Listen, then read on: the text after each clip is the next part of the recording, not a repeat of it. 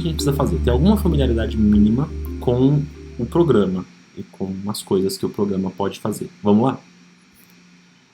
Primeira coisa que eu quero chamar a atenção é essa barrinha aqui em cima, ok? Esse primeiro ícone branquinho, ele é o ícone para criar arquivos novos. Você vai aqui na setinha e você vai ver uma lista de vários arquivos com os quais o RStudio é capaz de trabalhar. Esse RScript, os que eu realmente tenho utilizado são o RScript e o RMarkdown. O RScript é um arquivo de sintaxe, um arquivo de código, muito semelhante àquele arquivo bruto que eu mostrei para vocês quando eu abri o R cru, certo? Pela primeira vez. Então vai aparecer algo parecido com aquilo ali, certo? Esse é o RScript. E eu costumo utilizar o RMarkdown. Ele é mais interessante. Então vamos clicar aqui. Quando você abre o Markdown, uma vantagem dele, a propósito, é que quando você termina a sua análise, você pode gerar um output já no formato do Word ou formato HTML, se você quiser publicar na internet, ou um formato PDF, se você não quiser que ninguém mexa, certo? Eu geralmente uso o Word. E isso é muito útil para você exportar os seus resultados, os seus gráficos, as suas análises, as suas considerações para um artigo, para um manuscrito. Bacana? Então a gente vai fazer isso. A gente vai marcar aqui, dar um título para a sua análise, vou colocar aqui análise, certo? Tá aqui o meu nome como autor e eu quero que o output seja em Word, ok? Eu dou um OK. Quando eu fizer isso, observem que apareceu aqui uma janela. Essa janela é a do documento, o Markdown, um documento que inclui códigos e comentários. É importante saber isso, que o Markdown ele inclui códigos e comentários. Então os blocos de código eles acabam de estar sendo destacados num fundo cinza claro, observa lá. Então esse trechinho aqui que está em cinza claro, isso aqui inclui o código, certo? Isso aqui também é código. O resto que está em um fundo branco é texto. Quando você exportar essas coisas que são texto, ele vai simplesmente produzir um arquivo, no arquivo de Word vai inserir esse texto. Onde tem código, ele vai executar o código seguindo, obedecendo as diretivas do código, que eu vou explicar para vocês um pouco mais já como funcionam essas diretivas básicas, certo? Você pode fazer aqui no Markdown, ele tem umas... Você pode, inclusive, sabe o que você deve fazer? Você deve colocar no Google Markdown Cheat List, acho que é assim que se fala. Markdown, a lista de cola, certo? Lá tem toda a sintaxe desse tipo de arquivo que você pode utilizar para editar os seus textos. Então, mas eu vou fazer o seguinte, eu vou pegar esse arquivo como veio aqui, cru, que foi gerado automaticamente, e vou mostrar para vocês como é que fica o arquivo do output. O output ele é gerado clicando, que é a última coisa que vocês vão fazer na vida, na verdade, né? Quando vocês terminarem a análise de vocês, vocês vão nesse íconezinho, que é tipo uma agulha, e está escrito knit, que é costurar, ok? Então a gente vai costurar o arquivo. Aí ele vai perguntar onde é que você quer salvar. Pronto, agora uma vez que ele salvou, ele começa a costurar, certo? E ele terminou de costurar, tá vendo? Então ele passou aqui, deu 100% aqui embaixo, e ele está dizendo que vai gerar o arquivo de output. Ele está chamando o Word, pronto, tá aqui, ó. Então é assim que ele publica os resultados, certo, da análise. Então assim, você está fazendo sua análise lá, e você vai escrevendo um textinho, entende? Até para você saber o que você está fazendo na análise. Porque as análises elas vão ficando muito complicadas com o passar do tempo. Então é importantíssimo que você escreva para você mesmo o que você está fazendo, certo? E o Markdown ele ajuda muito a manter tudo organizado. Bacana manter as ideias organizadas. Então tá, então aqui olha, tem um título, ele já criou um título em destaque, ele colocou uma página da internet com link, ele já criou o link aqui para você, ele colocou em negrito. E aqui, ó, então os códigos, quando ele executou o código, isso aqui é uma parte do output que ele calculou, né? Então ele calculou e jogou esse resultado aqui para você. E aqui está um outro subtítulo, entende? Então assim, você consegue, na verdade, praticamente escrever o seu artigo dentro do R, se você usar o Markdown. Aqui está uma figura, certo? Então ele já exportou o gráfico, aqui um gráfico que ele gerou o gráfico e exportou, bacana. E é isso. Então aqui a gente tem um exemplinho de como fica o output final da sua análise, certo? Ainda sobre esse arquivo, o arquivo Markdown, você tem blocos de código. Como que esses blocos de código são demarcados? Como que o interpretador sabe onde começa e onde termina os blocos de código? Os blocos de código, eles sempre começam e terminam com 3 crases, certo? Aqui, onde pus em destaque, é crase, crase, crase, certo? Então, ele termina também com crase, crase, crase. Bacana? Na primeira vez que aparece crase, crase, crase, você pode abrir chaves, você deve, na verdade, abrir chaves e escrever R. Então aqui você está dizendo para o interpretador que o código que vai aparecer aqui embaixo deve ser interpretado segundo a linguagem R. Isso é feito por quê? Porque o Markdown ele permite que você programe em outras linguagens, como o Python, certo? É uma linguagem que muitos usuários avançados empregam. Nós não faremos isso nesse nosso curso, tá certo? O nosso curso é todo baseado na linguagem R, certo? Então você precisa escrever R ali entre as chaves. Já está escrito. Você precisa, na primeira vez, você pode escrever R setup. E você pode usar várias diretivas aqui dentro dessas chaves que vão dar instruções para o interpretador de como ele deve manusear o código que está ali embaixo, certo? Eu não vou entrar muito no detalhe de quais diretivas, que diretiva faz o que, certo? Vocês podem olhar a lista de cola do Markdown, certo? É só procurar no Google, é muito fácil de achar. E lá vocês têm listados todas as diretivas, todos os comandos que funcionam dentro daquela chavezinha, certo? Que são comandos específicos do Markdown, ok? Fora isso, uma vez que você estabeleceu e delimitou o bloco de código, dentro daquele bloco a gente programa de forma usual, como geralmente se programa na linguagem R, certo? E é isso. Então, ao longo do curso, nós vamos aprender a fazer várias coisas. Nós vamos aprender diversas funções e, enfim, um pouquinho sobre a sintaxe, como é a lógica básica de programação do R, certo? Tudo isso nós vamos aprender com calma. Vamos lá? Mas vamos lá sim, não vamos para essa direção. Vamos agora olhar de novo para o programa, certo? Como que é essa interface. Então, vocês já viram então que nessa primeira janela aqui, esquerda e acima, é onde fica o código, né? É onde você coloca os comandos dentro dessas caixinhas que estão, desses bloquinhos de código que estão destacados na cor cinza, certo? É isso. E aqui também que a gente exporta o resultado final. Quando você for, ao longo da sua interação com R, criando variáveis e armazenando dados aqui dentro, esses dados ficam salvos num lugar chamado Global Environment, ou ambiente global, certo? Então, o seu ambiente global, que no nosso caso, está vazio, porque a gente acabou de abrir o programa, certo? Ele fica representado nessa janela superior direita. Isso quer dizer que, por exemplo, se eu crio uma variável aqui, ó, vamos criar uma variável x igual a 2. Aparece ali, tá vendo? Uma variável x igual a 2. Agora eu quero criar uma variável y igual a 3, ok? Tá ali, y igual a 3. Eu posso também perguntar agora para o R quanto que vale x mais y, certo? Então vou escrever x mais y e vou executar isso. Aí, aqui embaixo, olhem só, vocês viram? Aqui embaixo apareceu 5.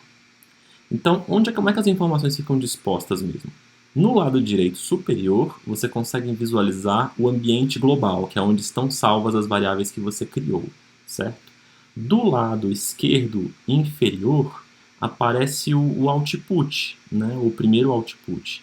Então, todos os comandos que você der, os resultados desse comando, em princípio, serão publicados aqui embaixo. Com o passar do tempo, vocês vão ver que às vezes eles não aparecem aqui, eles aparecem em outros lugares, tá bom? Mas não faz mal. O importante é que as coisas sempre ficaram visíveis, tudo bem? Observe aqui que, na verdade, ó, além de ser publicado aqui embaixo, né, nessa janelinha, que é a janelinha que eu estou chamando de janelinha do output, é a janela do console, o resultado também foi publicado aqui logo abaixo do bloco de código, certo? Então tá. Então, aqui está o ambiente global, lá embaixo está o console, certo? Com os resultados dos comandos que você enviou para o interpretador. Aqui do lado direito inferior, vocês acham outras informações. A mais importante é essa help, é a ajuda. Aqui vocês podem pedir ajuda referente às funções do R, certo? A gente vai usar várias funções E geralmente a gente começa a ficar meio surtado, assim, porque você não tem condição de memorizar tudo, nem é o interesse, certo? A gente vai sempre usar muito a ajuda e a internet. A gente vai usar muito o Google, muito o buscador. Eu não tenho nenhuma esperança de que vocês memorizem nada. Não é para decorar, tá? Os códigos, as funções, não é para decorar. É bom vocês fazerem um esforço para uma tentativa de memorização, uma tentativa de fixação, porque isso vai ajudar que vocês tenham uma familiaridade, desenvolvam uma familiaridade com a lógica de programação. Mas eu programo com o Google aberto. Eu programo desse jeito. Então, assim, eu tenho, por exemplo, às vezes eu esqueço, digamos que eu tenho esquecido qual é a função do modelo linear geral. Aí eu escrevo modelo linear geral, General Linear Model, R, no Google, e ele vai me mostrar qual é a função. Ou então, às vezes eu lembro qual é a função, que é mais comum, mas eu não lembro qual é a sintaxe, ou seja, eu não lembro como a função deve, como que as diretivas da função estão definidas, né? Então, se eu não sei isso, eu não consigo escrever, não consigo utilizar a função. Aí o que eu faço? Eu entro aqui, né, na ajuda ou no Google. Todas essas informações que aparecerem aqui a propósito, elas também ficam disponíveis facilmente no Google, certo? E eu ponho General Linear Model, GLM. Essa é a função. Aí ele me dá aqui várias funções que tem essas letrinhas, certo? Eu quero essa primeirinha mesmo aqui, ó, a GLM. Pronto, ele me mostrou. Então ele está dizendo que existe uma função chamada GLM na biblioteca chamada stats. Já discuto com vocês o que são essas bibliotecas, certo? E esse daqui é o que a gente pode chamar de o datasheet da função. Então, é a descrição técnica de como a função está definida, ok? Para o usuário avançado, esse datasheet ele costuma ser suficiente para você fazer o que você precisa fazer com a função. Quando nós estamos aprendendo a programar, esse datasheet ele é muito confuso, ele é muito difícil de ler. Por isso eu remeto vocês ao livro, certo? A gente vai ficar muito tempo usando o livro mesmo, seguindo o livro passo a passo. O livro está aí para isso, para facilitar a nossa jornada, o nosso percurso, tá bom? Mas é importante vocês saberem que o datasheet, que toda função tem o seu datasheet, ela tem uma descrição técnica de como ela está definida e como ela deve ser utilizada, tá bom? E você consegue acessar isso de dentro do R. Que mais você pode fazer? Quando aparece um gráfico, às vezes os gráficos são publicados aqui. Se você está usando o Markdown, que é o nosso caso, não vai acontecer isso, mas não importa, vocês vão ver que os gráficos aparecem, é bem visível, bem simpático, é amigável. Aqui existe uma aba, essa aba Packages. Ela mostra as bibliotecas, certo? O sistema de bibliotecas. Aqui eu tenho várias bibliotecas instaladas. Bacana. O que são as bibliotecas? Importante saber o que são as bibliotecas. No R, assim como em outras linguagens de programação, existem funções pré-definidas. O usuário pode inventar as funções dele, certo? A gente vai demorar para chegar lá, mas a gente chega lá. Mas existem funções pré-definidas, em geral nós trabalhamos com funções pré-definidas, certo? Funções que foram elaboradas por outros usuários mais experientes que a gente. E essas funções ficam armazenadas em arquivos chamados, que a gente chama de bibliotecas, library, certo? E quando você baixa novas bibliotecas e instala novas bibliotecas, você está, de certa maneira, ensinando o seu R a fazer coisas que ele não sabia fazer. Bacana? A menos de métodos estatísticos muito fundamentais, como o modelo linear geral, né? Fundamental não quer dizer simples, fundamental quer dizer dos fundamentos mesmo, né? A menos dessas análises, que são muito fundamentais, todas as outras demandam que vocês instalem pacotes específicos, bibliotecas específicas. Bacana? E como a gente faz isso? Vamos lá. Uma forma da gente fazer é usando essa aba aqui da direita, certo? Aqui, na verdade, ela está mostrando todas as bibliotecas que eu já tenho instaladas no meu computador, né? Só que observem que a maioria delas não está ativa. Eu posso, por exemplo, a biblioteca HMISC é uma biblioteca importante e a gente vai usar com alguma frequência. Se eu quiser ativar a biblioteca HMISC, eu posso vir aqui, então, na aba Packages, certo? Achei HMISC e eu clico no quadradinho ao lado, ó, pá, deu um certinho. Ele começou a carregar os pacotes exigidos pela biblioteca HMISC e a própria biblioteca HMISC. E ele terminou. Bacana? Então, a partir desse momento, eu posso usar as funções da biblioteca HMISC, porque agora elas estão ativas, certo? E eu só posso clicar, fazer daquele jeito que eu mostrei para vocês, se a biblioteca já está instalada no meu computador. No caso de vocês, vocês não têm quase nada instalado no computador de vocês. Então, como vocês fazem, certo? Prestem bastante atenção. Na primeira vez que vocês forem instalar qualquer biblioteca, vocês precisam digitar um comando que se chama install packages, instalar pacotes, certo? Abre parênteses, abre aspas. Entre aspas, vocês vão colocar o nome da biblioteca. E agora ele começou a instalar um pacote HMISC. Tá vendo? Aí ele baixa o pacote da internet, tá vendo? Ele precisa estar conectado à internet. E ele baixou lá do CRAN que eu defini, que deve ser o CRAN de São Paulo, certo? Não sei, deve ser. E em algum momento eu defini esse CRAN aqui. E ele está instalando esses pacotes, instalou o pacote. E ele costuma instalar também as dependências, quer dizer, os pacotes dos quais esse que eu estou instalando depende, certo? Porque às vezes ele usa funções que estão definidas num outro pacote, que estão definidas num outro pacote, certo? E por aí vai. Então os pacotes eles são dependentes uns dos outros. Quando você instala um, geralmente isso desencadeia a instalação de vários. E é isso que a gente quer que aconteça, tá certo? Então, uma vez que eu instalei, eu posso, como eu falei para vocês, ir lá, né? Como ele reiniciou, então ele vai estar desativado. E eu posso ativar a biblioteca HMISC, clicando aqui na aba Packages, do lado do HMISC, quadradinho. Ou eu posso fazer melhor. Como eu já instalei, eu só preciso executar esse comando install packages uma vez na minha vida, certo? Eu vou apagar esse comando aqui. E eu vou carregar a biblioteca, porque ela só foi instalada, mas ela ainda não está ativa, não está disponível para mim. Então, para que as funções dela fiquem ativas, ou eu clico naquele quadradinho, certo? Ou eu uso a função library. Aí agora eu vou escrever HMISC sem as aspas, ok? Então, a função install packages requer aspas. A função HMISC, não, ok?